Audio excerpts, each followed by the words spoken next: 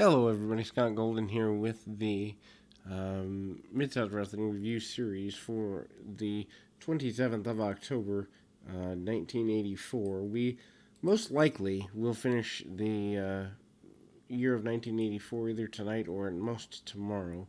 Dr. Death Steve Williams calls out Jim Duggan, basically says he's tougher than him. He's played harder than him. He's got a harder head, harder ready to fight.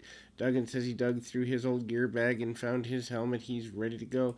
Basically, these two guys are going to have almost what you'd consider a football fight. Buddy Landel agrees to join forces with Skandar Akbar almost as a hired mercenary, getting things done. Akbar a little bit nervous, I guess you'd say, about working with Landel. Landel wanting upfront money, Akbar providing it. They're playing into the oil field aspect of things. The return of the Missing Link against Mike Jackson is up next. Missing Link, of course, has been here before, also been in World Class. Guy that never really gets a lot of play in the NWA. Obviously, Mike Jackson is the opponent here. And we kind of get Jackson hits a drop kick, hits a couple actually in a row, and in quick succession, Link finally dives and takes Jackson down. Does a very decent job, and ultimately, Link hits a running headbutt. The headbutt is his main thing. He almost uses his own head as a battering ram, for lack of a better terminology, and ultimately, the running attack by the Link is there. And also, there is an essence to the idea that maybe Akbar paid Buddy Landel to pull off an attack. They don't really hint exactly what he was paid to do. Kind of just get the job done was the way. A dive and attack by the Link gets him a victory. Ted DiBiase returning to Mid-South, still a heel. Basically, he says he's here for a main purpose. Also, um, Dr. Death Steve Williams is in the ring. The match has been postponed because of the return of Ted DiBiase, it would appear.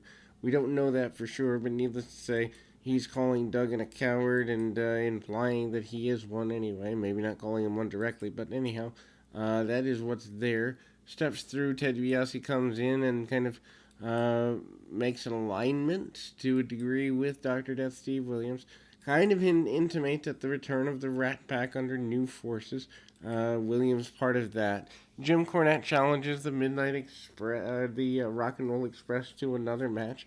Kind of challenges them to put anything on the line, blank check, dotted line kind of thing. Calls them cowards. That's the way that goes. Heavy interview show on this particular occasion.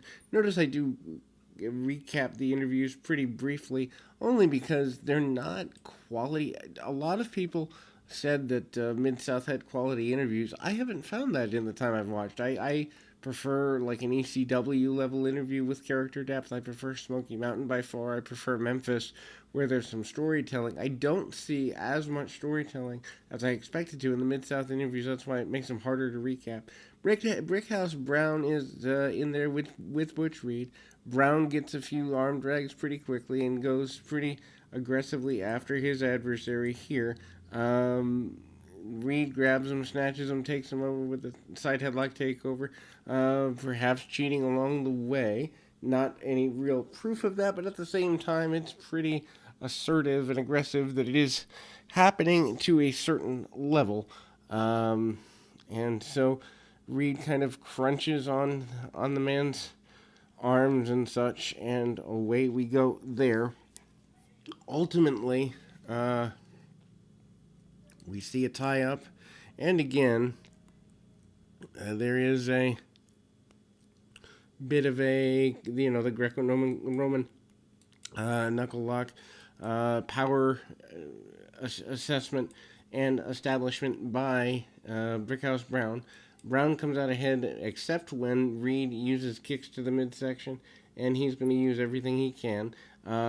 We then see Brown kind of coming back to his feet, finally taking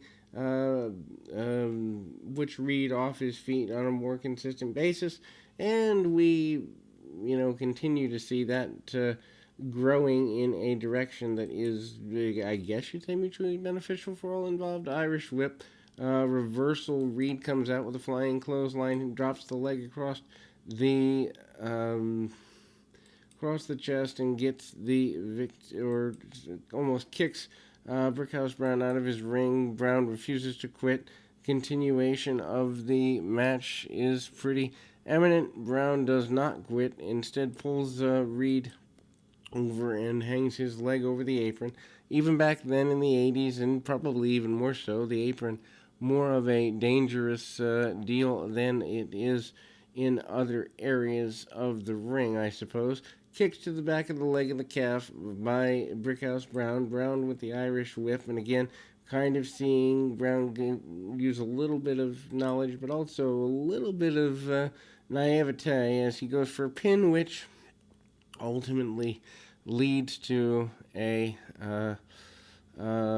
sloppy pin. Brown goes to the top rope. Reed sidesteps a top rope dropkick and finds himself with the press slam that he is so prone to use from the past as a North American Tag Team Champion and gets a victory in the end.